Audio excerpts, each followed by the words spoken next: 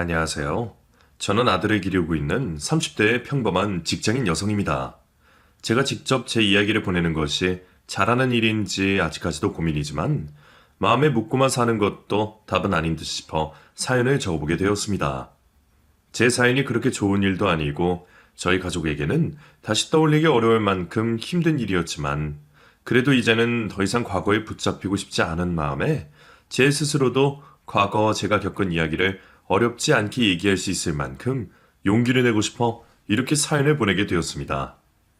어린 시절부터 상처 많고 굴곡 많던 제 인생에 좌절하는 일들도 수없이 많았지만 그래도 힘든 시기를 버텨내야만 희망이 찾아오는 게 아닌가 싶은 생각이 드네요. 그럼 여러분들도 제 이야기를 들어보시고 제가 다시 희망을 품을 수 있도록 제게 응원과 용기를 주셨으면 좋겠습니다. 평범한 집안에서 외동딸로 태어난 저는 회사를 다니시는 아빠의 가정주부이신 엄마 덕에 부모님의 사랑과 관심을 받으며 행복한 어린 시절을 보낼 수 있었습니다. 회사원 벌이에 집안에 여유가 많았던 것은 아니지만 성실히 일하시는 아빠 덕에 저희 세 식구는 큰 걱정하지 않고 지낼 수 있었어요. 하지만 그런 평범한 시절은 오래가지 못했습니다. 어느 날 아빠가 지인분의 보증을 잘못 서게 되셨고 지인의 빚을 떠맡으며 아빠는 그 일로 평생 갚을 수 없는 빚더미에 오르시게 되었습니다. 보증을 서주었던 사람은 소식이 끊겼고 그날 이후로 저희 집에는 곡소리만 들리게 되었죠. 부모님이 다투시는 모습도 처음이었고 늘 자랑스러웠던 아빠가 한순간에 폐인이 된 것이 제게는 적지 않은 충격이었습니다. 아빠도 어떻게든 희망이 있었더라면 어떻게든 버티셨겠지만 그 빚은 평범한 회사원이셨던 아빠가 해결하기에는 너무 버거운 금액이었어요. 자신의 잘못된 판단으로 감당하기 힘든 일을 벌이시게 된 아빠는 희망을 잃으셨고 결국 잘못된 선택을 하고 마셨습니다. 그 일로 저는 아빠를 잃었고 엄마는 남편을 잃게 되셨죠. 그 뒤로 저와 엄마는 외갓집의 도움으로 겨우 삶을 이어갈 수 있게 되었지만 스스로 극단적인 선택을 하신 아빠를 보며 저와 엄마는 말할 수 없이 힘든 시간을 보내야만 했습니다. 저야 어려서 잘 몰랐을 거라고 하더라도 모든 상황을 지켜보고 이해하고 계셨던 엄마에게는 더없이 큰 고통이었을 거예요.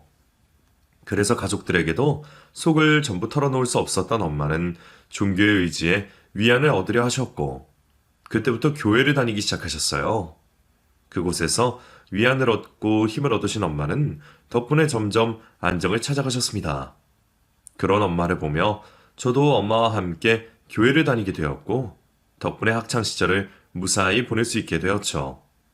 어떻게든 살아야 했기에 상처를 딛고 일어서려 했지만 그래도 아빠의 일은 제게는 어떻게든 숨기고 싶은 과거였어요. 굳이 다시 상처를 끄집어내고 싶지 않았던 저는 가까운 친구들이나 남자친구들에게 매번 제 속을 숨길 뿐이었습니다. 그래서 저는 진지한 만남을 이어가는 게 더욱 힘들 수밖에 없었어요. 하지만 그러던 제게도 어느 날 결혼을 꿈꾸던 상대가 나타나게 되었고 저는 결혼까지 생각하는 그 사람에게 처음으로 제 이야기를 솔직히 털어놓게 되었습니다. 결혼을 결심할 만큼 진지하고 깊었던 관계였기에 저는 그 사람이 제 상처를 이해해 줄 거라고 생각했습니다. 하지만 아빠의 이야기를 들은 그 사람은 갑자기 제게 부정적인 태도를 보이기 시작했고 결국 그 집 부모님에게서 헤어져 달라는 이야기를 듣게 되었어요. 용기 내어 꺼냈던 일로 또 한 번 큰 상처를 받게 된 저는 그 후로 더더욱 위축될 수밖에 없었고 다시는 결혼 같은 건 생각하지 않겠다며 결혼에 대한 생각을 아주 접고 지내게 되었습니다. 그렇게 결혼에 대한 생각을 점점 접어가던 제게 기대하지 않았던 인연이 찾아오게 되었습니다. 같은 교회에서 한 남자를 만나게 되었던 거죠. 매번 주일마다 얼굴을 보며 시간을 보내서 그런지 저희는 금세 가까워지고 마음을 나눌 수밖에 없었어요. 저도 결혼 생각이 없었던 것이지 연애에 부정적인 생각을 가지고 있던 것은 아니었기에 저는 어느 날 제게 고백해오는 그 사람의 마음을 받아들이게 되었습니다. 연애를 하는 동안은 참 행복했었어요. 성호 씨는 저를 무척 좋아해주고 아껴주었고 저도 저를 사랑해주는 남자를 마다할 이유는 없었습니다. 늘 혼자 고민이 많고 사람 때문에 받은 상처가 많았던 제게 성호 씨는 치유가 되어주는 따뜻한 사람이었습니다. 제가 개인적인 문제 때문에 성호 씨와 결혼까지 생각하진 못했어도 그 사람과 함께하고 싶다는 생각은 늘 했으니까요. 하지만 만남에도 끝이 있고 연애 끝에는 이별 아니면 결혼이듯이 성호 씨도 언젠가부터 저와 결혼을 하기를 바라고 있었습니다. 부쩍 자주 결혼 이야기를 꺼내는 성호 씨의 마음을 저는 모르지 않으면서도 저는 그 마음을 애써 모른 채 할 수밖에 없었어요. 서진아, 우리도 이제 슬슬 결혼 얘기할 때 되지 않았나? 서진이 너 주변에도 결혼한 사람 많다며. 근데 너는 결혼하고 싶지 않아? 글쎄, 요즘 같은 세상에 일찍 결혼해서 뭐해. 나는 그냥 지금이 좋은데? 그래? 그래도 언제까지 연애만 할 순 없잖아. 언제 하더라도 결혼은 해야지. 왜? 설마 나랑 결혼 생각 없어? 내가 별로야? 아니, 나도 성우 씨 많이 사랑하지. 그냥 지금 우리 사이도 좋고, 아직 젊고 서로 일도 바쁜데, 서두를 필요가 있을까 해서. 아직은 좀 이른 것 같아. 사실 저도 성호 씨와 결혼하고 싶었습니다. 다만 결혼을 하려면 서로에게 비밀이 없어야 할 거고, 그럼 또 이전처럼 제가 상처받고 성호 씨와 헤어져야 하는 일이 생길까봐 걱정스러웠던 거죠. 사랑하기에 헤어지고 싶지 않았던 저는 차마 성호 씨에게 이유를 말하지 못했어요. 매번 이래저래 핑계를 대며 결혼 이야기를 돌리는 저를 보면서 성호 씨도 많이 답답해했죠. 제발 이유라도 말해주면 안 될까? 나도 사람인데 언제까지 기다릴 수만은 없는 거잖아. 설마 내가 뭐 섭섭하게 한 거라도 있어? 아니면 내가 못 믿어서 그래? 그게 아니라, 그런 게 아니면 이유라도 제대로 설명해줘. 어? 저는 애타게 이유를 묻는 성우 씨에게 결국 모든 것을 털어놓기로 했습니다. 제가 언제까지고 차의 피를 미루면서 그 사람을 붙잡고 있을 수만은 없는 것이고 내 이야기를 듣고 헤어지자고 하면 그것도 어쩔 수 없다 생각하며 저는 헤어질 마음의 준비를 하고 사정을 털어놓게 되었죠. 그럼에도 얼마나 입이 떨어지지 않던지 말하던 중에 저도 모르게 눈물을 흘리고 있었더라고요. 그리고 화를 낼 거라 생각했던 성호 씨는 그런 저를 안아주며 다독여 주었습니다. 그랬구나. 그런 사정이 있었구나. 그런 거면 진작 말을 하지. 나는 또 내가 마음에 안 들어서 그러는 줄 알았네. 혼자 얼마나 힘들었을까. 상처 많이 받았을 거야. 그래도 덕분에 이렇게 우리가 만나게 되었으니 나는 오히려 다행이다 싶네. 안 그래? 성우 씨, 나 이해해주는 거야? 정말이야?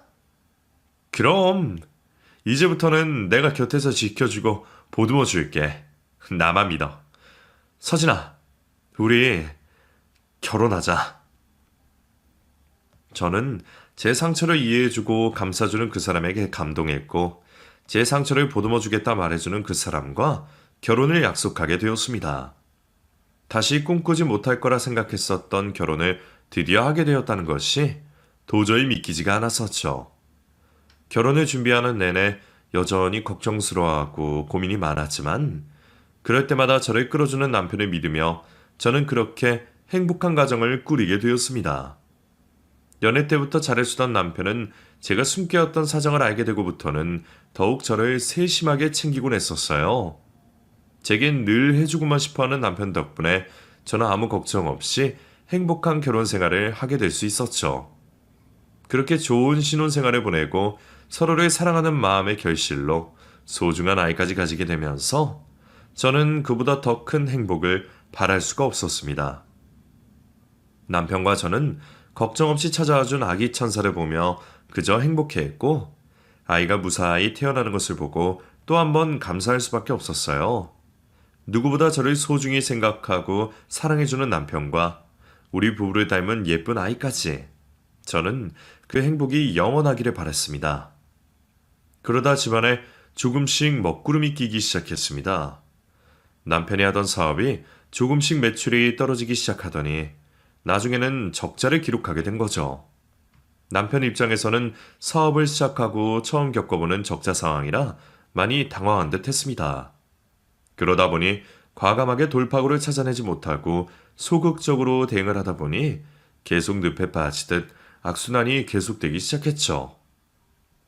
남편은 저에게 내색하려고 하지 않았지만 새벽 중에 가족들 몰래 밖으로 나가 끊었던 담배까지 피는 모습을 보곤 남편이 많이 힘들어한다는 걸 알 수 있었어요.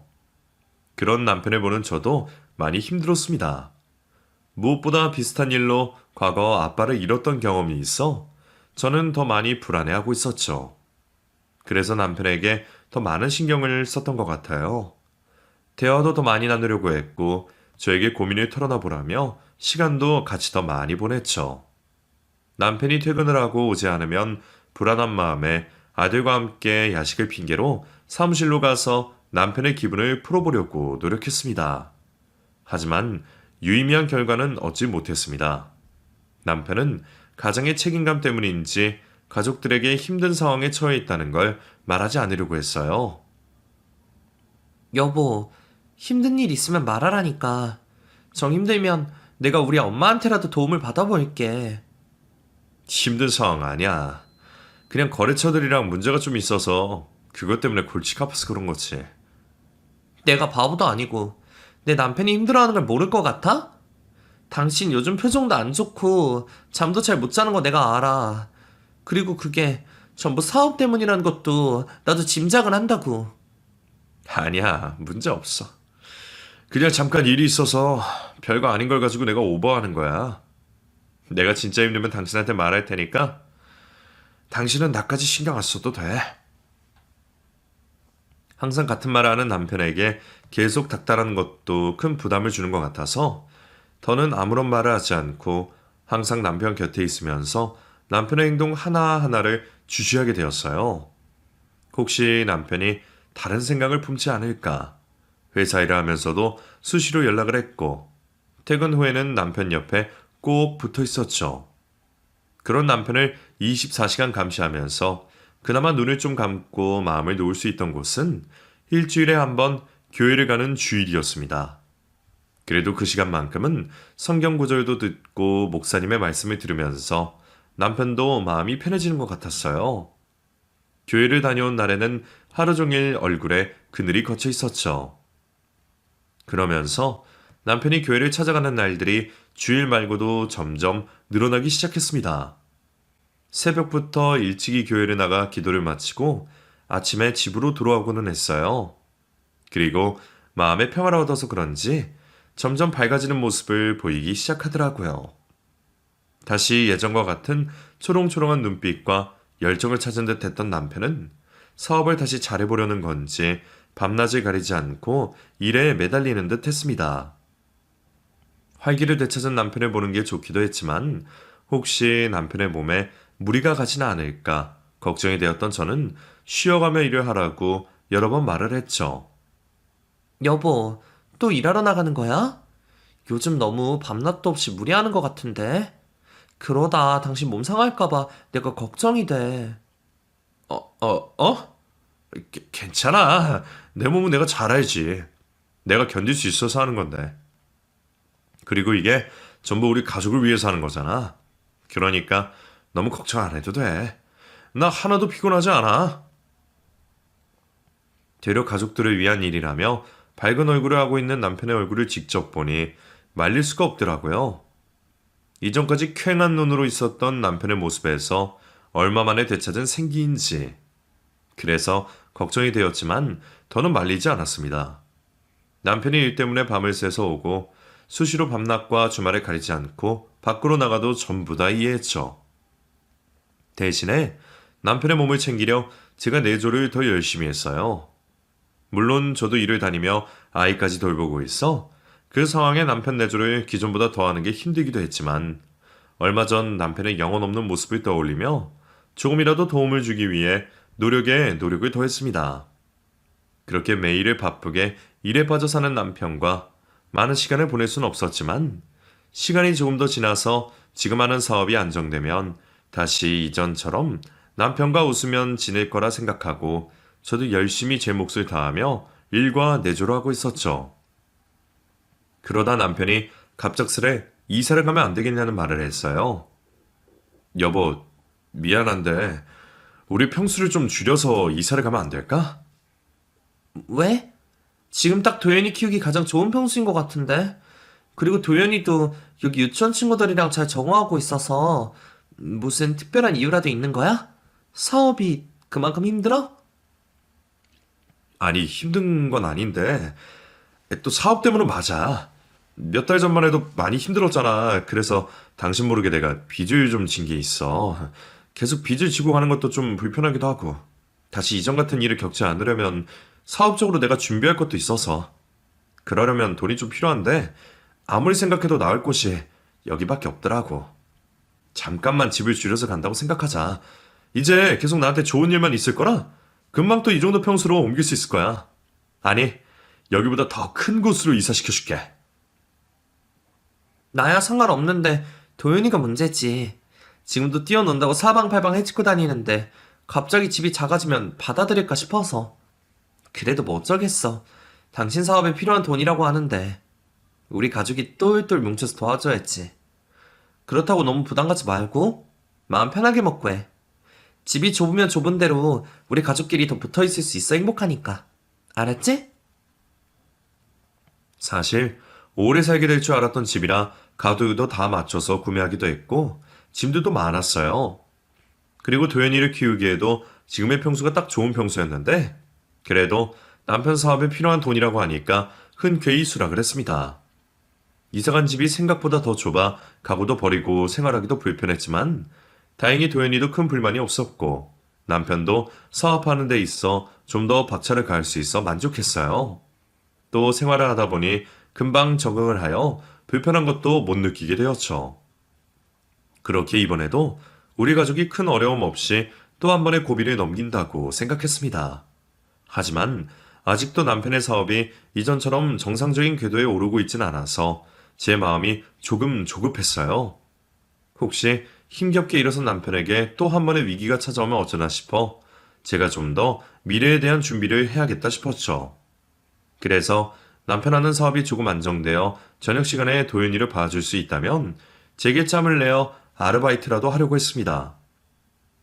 그런 마음을 먹고 있던 차에 좋은 제의가 왔어요. 회사에서 6개월 정도 해외로 출장을 가는 일이 있었는데 저에게 가장 먼저 제안이 온 거죠. 6개월이란 시간 동안 같은 하늘인 한국도 아니고 저 먼 해외에서 가족들과 떨어져 있는 게 걸리긴 했지만 지금 상황에서는 정말 좋은 제안이었습니다. 해외 출장으로 인한 인센티브는 경쟁적으로 우리 집안에 도움이 될 것이고 길게 보자면 승진에도 유리한 조건을 갖는 일이었죠. 그만큼 매력적인 일이었지만 가족과 떨어진다는 건 쉽사리 선택을 할 수 없게 만드는 요인이었습니다. 남편이 정신적으로 확실하게 회복이 된 건지에 대한 의문점도 남아있었고 하루가 다르게 자라는 아들 도연이와 6개월 동안 떨어져 있는 것도 자신이 없었죠.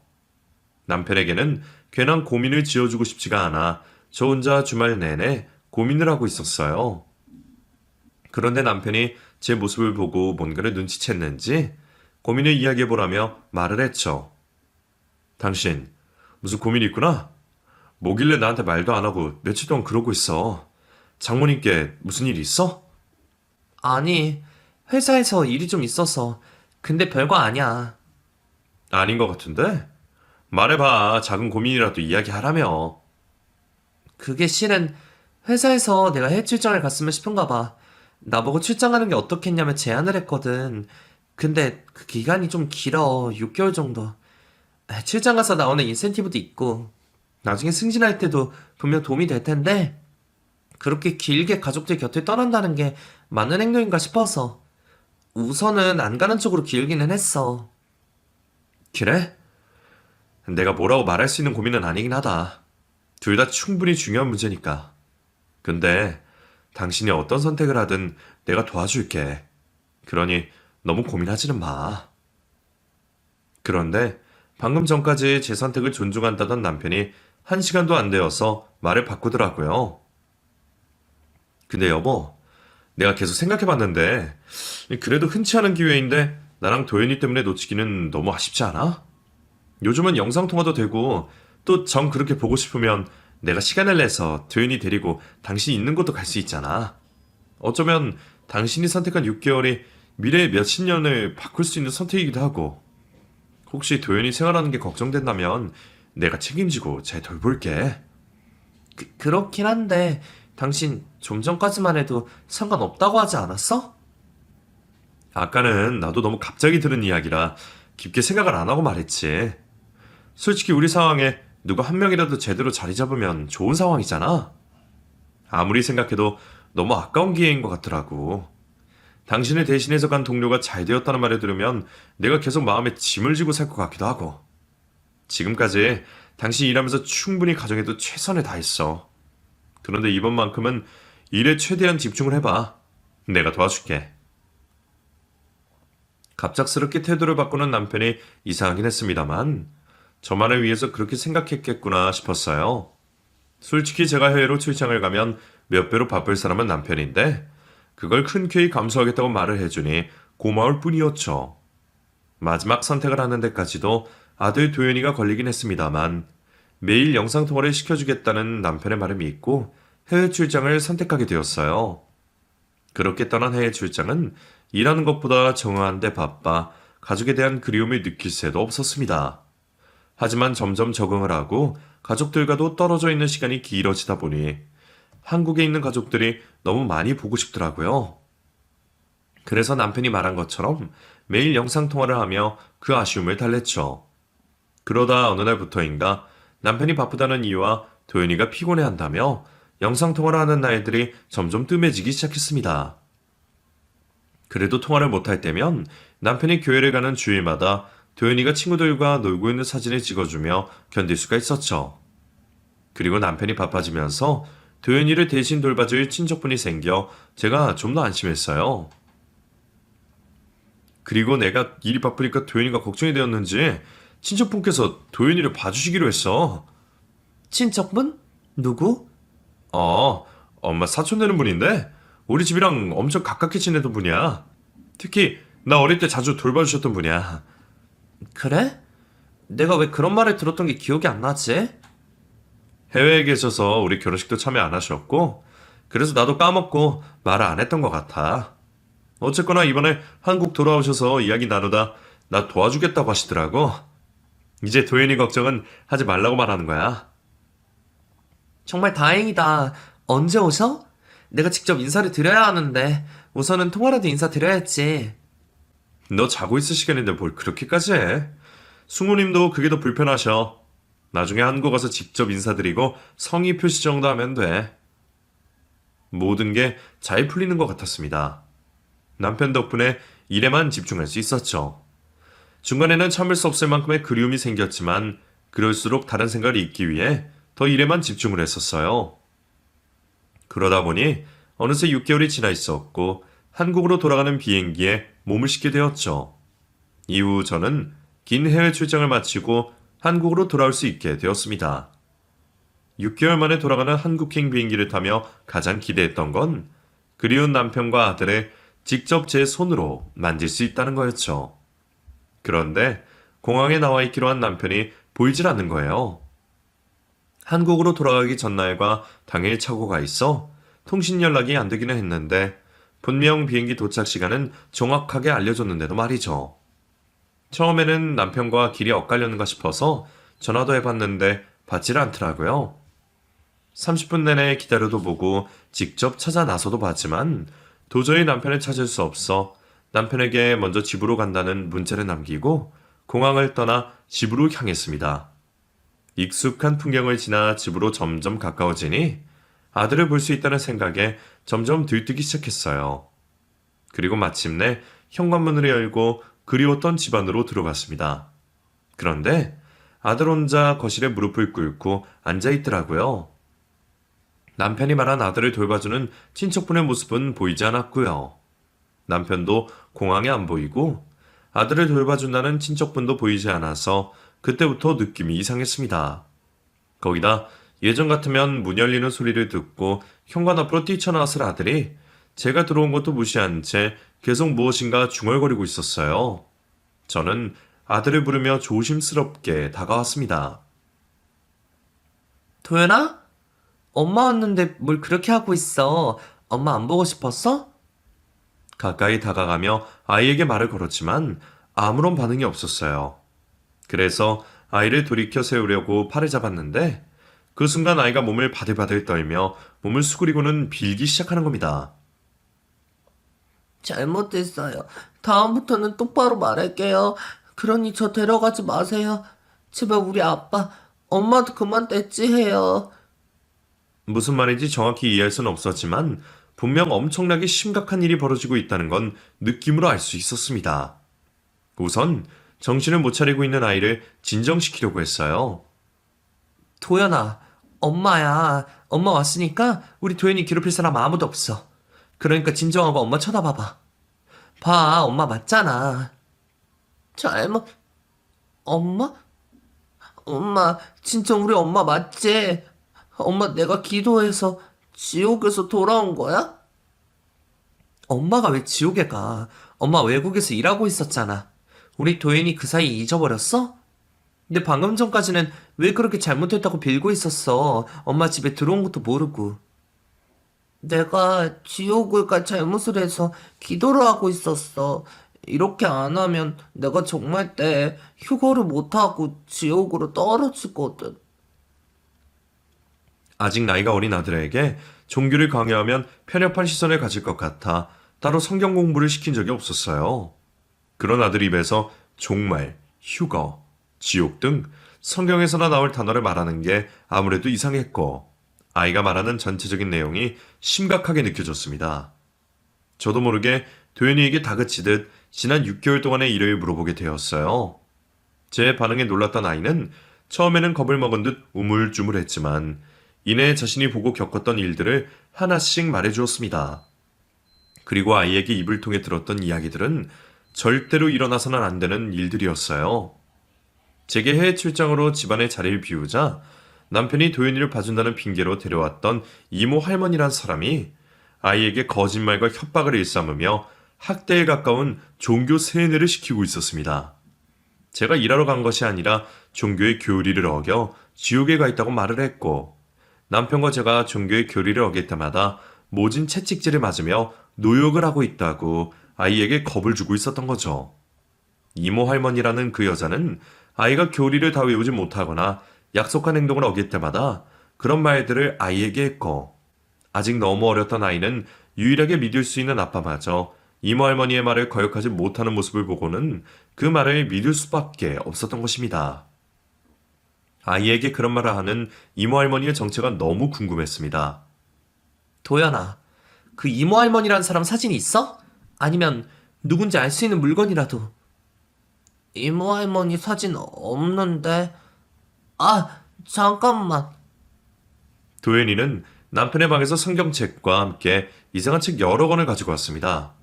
성경은 평범한 일반 성경과 다름이 없었지만 나머지 책들은 누가 봐도 이상했어요.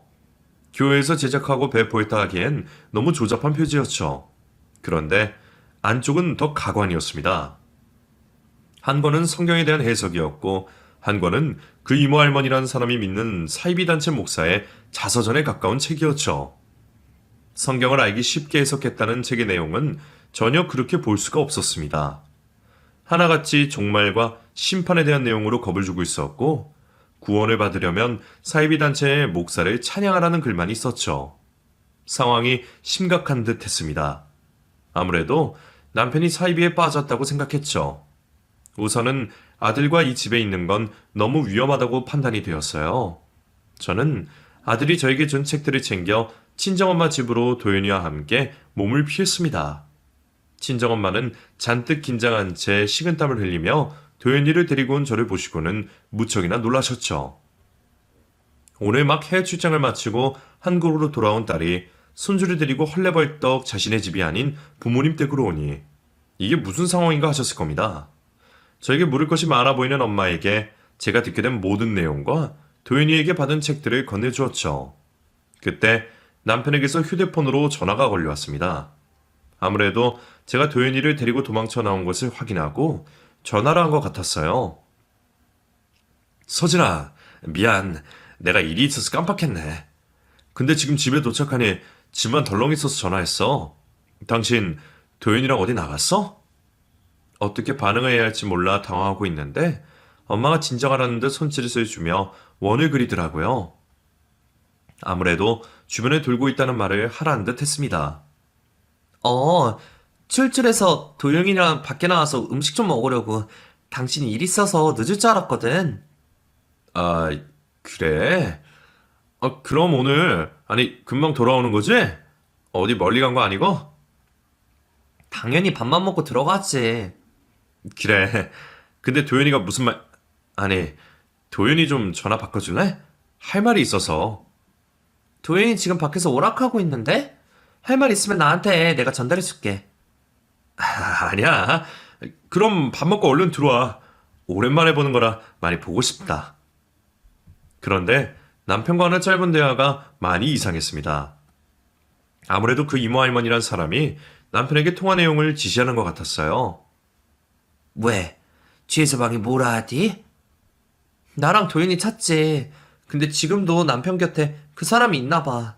그이가 말하는 게 누가 앞에서 알려주는 것처럼 말을 해. 엄마, 어떻게 해야 돼? 같이 있다는 거지? 그럼 우선 경찰에 연락해서 모르는 사람이 집에 들어왔다고 신고하자. 그러면 그 사람 신분 정도는 알 수 있을 거 아니냐. 진짜 친척이 맞는지 아닌지 정도는. 너무 무서워하지 말고 엄마랑 같이 가자. 그렇게 경찰에게 신고를 했고 집 앞에서 경찰들을 만나 같이 집으로 들어가게 되었어요. 그곳에서 처음으로 이모 할머니란 사람을 만나게 되었죠. 소진아, 여기 경찰분들은 무슨 일로 오셨어? 저 사람이에요. 저 사람이 모르는 사람인데 저희 친척이라면서 남의 집에 와 있다고요. 한번 확인해 주세요. 여보, 지금 무슨 말 하는 거야? 아니에요, 이분 제 친척이에요. 잠깐 아내랑 문제가 있어서 이러는 거니까 돌아가셔도 돼요. 저희는 우선 신고받고 출동한 상황이라 확인을 하고 돌아가야 했어요. 관계가 어떻게 되신다고요? 그때까지 남편 뒤에 숨어있던 여자는 휴대폰을 만지며 손을 바쁘게 움직이고 있었어요. 경찰이 자신의 신분을 확인하고 있는데도 아무렇지 않은 듯 차분하게 있는 그 여자를 보니 제가 소름이 돋을 정도였습니다. 결국 시부모님과 주변 친척들에게까지 확인을 하여 그 여자가 저희 집안 사람이 아니라는 게 밝혀지게 되었죠. 그제서야 여자는 어쩔 수 없다는 듯이 집을 떠났고 여자를 따라가려는 남편을 저와 엄마가 붙잡게 되었습니다. 최서방, 정신 차리게. 지금 어디를 간다는 거야? 여보, 도윤이한테 들었어. 당신 지금 이상한 사이비에 빠진 거라고. 서진아, 그게 아니야. 저분 저렇게 보내서는 안 돼. 우리한테 큰일이 생긴다고. 그리고 사입이 아니야. 지금 당신이 우리 목사님 설교를 못 들어봐서 그래. 거기에 진정 빛과 소금이 있다고. 이제 얼마 남지 않은 심판의 날에 우리가 구원을 받으려면 그분을 따라해. 여보, 정신 차려. 지금 무슨 소리 하는 거야? 당신 왜 이렇게 된 거야? 그날 밤새 저와 엄마는 밖으로 뛰쳐나가려는 남편을 붙잡아 두고 있어야 했습니다. 다음 날이 되어 시부모님께서도 남편의 소식을 듣고 찾아오셨지만 그럼에도 남편은 자신이 사이비에 세뇌를 당했다는 걸 인정하지 않았어요. 결국 엄마와 시부모님께서 다니던 교회 목사님께 도움을 받아 교단 내에서 이단 치료를 받게 되었죠. 온 가족이 남편에게 매달려야 했고 아주 조금씩 바뀌는 남편의 모습을 보며 희망을 가지고 긴 치료에 들어갔습니다. 그리고 오랜 기다림 끝에 다시 사이비 종교에 세뇌당하기 전에 남편을 만날 수 있었죠. 치료가 다 되었던 남편은 우리에게 용서를 구했고 자신이 사이비 종교에 빠지게 되었던 일들을 하나씩 설명해 주었어요. 미안해 여보. 내가 힘들면 힘들다고 가족들에게 말을 하고 기댈 줄도 알았어야 됐는데 나 혼자 그 상황을 견디는 게 너무 힘들었나 봐. 그나마 교회에 있으면 아주 조금은 마음이 풀리는 것 같아서 매일 찾았는데 당신이 본 그 사람이 어느 날부터 나에게 아는 척 하더라고. 처음에는 같은 교회 다니는 교인인 줄 알았어. 그래서 아무 의심 없이 대화를 했는데 내 상황에 맞는 성경 구절을 말해주는 거야. 그러다 보니까 잘 모르는 사람이지만 의지를 하게 되더라고. 그러면서 내게 도움될 성경 공부를 같이 해보지 않겠냐고 먼저 제안을 했어. 같이 공부하는 사람들도 다 우리 교회 사람들이라고 하더라고. 그래서 별 의심 없이 다녔는데 그 공부를 하면서 그때부터 내가 세뇌를 당하기 시작한 것 같아. 내가 힘든 상황에 있는 게 모두 잘못된 믿음 때문이라고 생각하게 되더라고. 그러면서 그 사람들 말을 듣고 믿기 시작했어. 지금까지 잘못된 믿음으로 쌓은 죄를 씻어야 하고 또 천국에 내 자리를 마련해야 한다고 믿었지. 그래서 포교활동부터 헌금을 내려 일도 해야 했어. 당신이 내가 괜찮아서 사업에 열중한다고 생각할 때 사실은 헌금 비용 마련한다고 밤낮 없이 일했던 거라고. 그리고 아파트 판 것도 사실은 다 헌금 때문이었어. 미안해. 그러면 내가 해외 출장 간다고 고민할 때도 당신이 가라고 했던 게 전부 그 사이비 단체에서 시킨 거야? 가족들도 전부 천국 가야 하지 않겠냐며 한 명씩 구원하자고 했어. 우선은 아직 세상의 때가 덜 묻은 도현이를 먼저 정화해야 한다고. 그러려면 당신이 곁에 없는 게 나을 거라고 했어. 미안해. 나 정말 아빠 자격도 없는 사람이야. 여보, 괜찮아. 이제라도 정신 차렸잖아. 그리고 당신이 세뇌 당해서 그런 행동을 한 거고. 아니야. 내가 6개월 동안 도윤이 옆에 있으면서 그 사람들이 도윤이에게 겁을 주고 세뇌를 시키는데 그냥 쳐다만 보고 있었어. 내 아들이 그렇게 무서워하고 있는데 내가... 여보, 그만해. 당신한테 잘못 없다니까? 당신이 내게 의지할 수 있게 좀 더 신경 써야 했는데 내가 당신에게 너무 무신경했어. 혼자 잘 일어서는 것 같아서. 내가 미안해. 남편은 그 후에도 자신이 사이비 게임에 넘어간 것을 자책했지만 치료를 도와주시던 목사님과 가족 모두의 도움으로 그 일을 훌훌 털고 일어날 수 있었어요. 그리고 남편을 꾀고 아들 도윤이에게 겁을 주며 세뇌시키려 했던 그 여자를 아동학대로 신고를 하게 되었죠. 다행히 남편이 신앙교육을 받는 장면을 증거로 남기기에 찍어놨던 영상들이 아동학대에 대한 증거들로 채택되었고 아들 도윤이의 일관된 피해 주장으로 인해서 그 여자는 처벌을 받게 되었어요. 하지만 안타깝게도 해당 종교단체에게는 그 죄를 물을 수가 없었습니다. 우리나라 법이 그렇더라고요.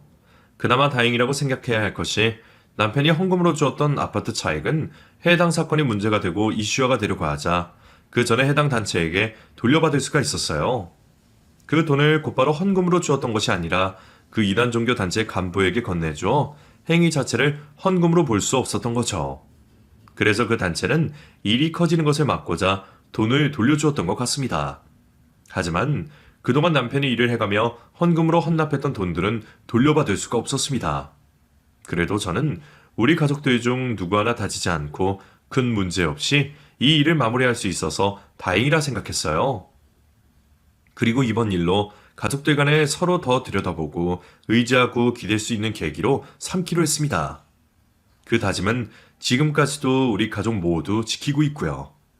남편의 사업은 다시금 이전처럼 큰 문제 없이 되어가고 저는 그 일 이후 퇴직을 하여 아들과 많은 시간을 보내며 집안일을 하고 있죠. 이제는 우리 가족에게 먹구름 하나 없는 행복한 나날들의 연속이지만 아직 남편의 상처는 다 아물지가 않았나 봅니다. 그 일이 있은 후 과거를 모두 잊고 살아가길 바랬는데 남편은 자신과 같은 피해자가 한 명이라도 덜 생기길 원했어요.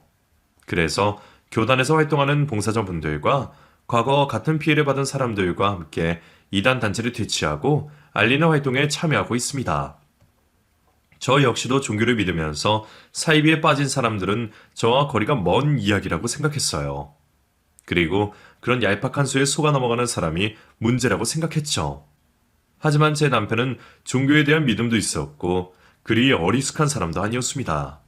그런데도 누구에게나 찾아올 수 있을 마음의 약한 부분을 틈타 사람을 세뇌시켰고 사리 판단을 제대로 하지 못하게 만들었죠.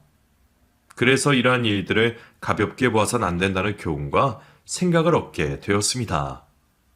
여러분들께서도 나에게 생기지 않은 일이라 너무 가벼이 생각하지 마시고 항상 경계를 하시며 가족들에게 그러한 마수가 뻗치지 않게 가까이 서로를 지켜보고 지내시는 삶을 보내시길 바라겠습니다. 그럼 제 이야기를 그만 마치도록 할게요. 저 또한 다음 사연자분의 글을 기다리도록 하겠습니다. 감사합니다.